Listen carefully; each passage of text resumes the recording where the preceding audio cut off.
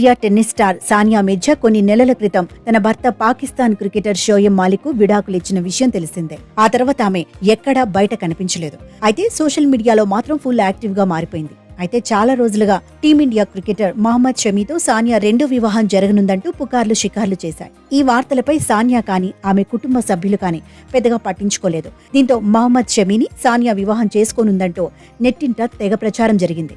అయితే తాజాగా ఈ విషయంపై సానియా మిర్జా తండ్రి ఇమ్రాన్ మిర్జా ఘాటుగా స్పందించారు. మహమ్మద్ షమీతో సానియా పెళ్లి అంటూ వస్తున్న వార్తలు నమ్మవద్దని ఆయన తెలిపారు.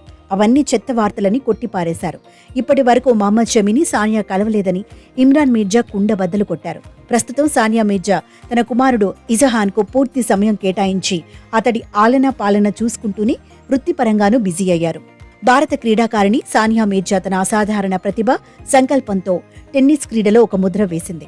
మిర్జా 2003లో ప్రొఫెషనల్ గా మారారు. ఆమె 2016లో ఆస్ట్రేలియన్ ఓపెన్లో మార్టినా హింగిస్తో కలిసి గ్రాండ్ స్లామ్ టైటిల్ ను సాధించిన మొదటి భారతీయ మహిళగా నిలిచింది. కెరియర్లో 6 grand slam doubles titles, Olympic పతకం సాధించిన సానియా భారతదేశంలోని ఔత్సాహిక టెన్నిస్ క్రీడాకారులకు మార్గం సుగమం చేసిన కీర్తిని దక్కించుకుంది.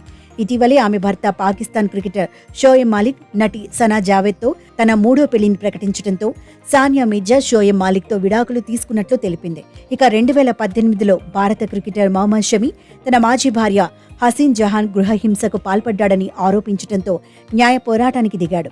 జహాన్ ఆరోపణలు నిజం కాదని తేలడంతో ప్రజల నుంచి షమీకి సానుభూతి లభించింది.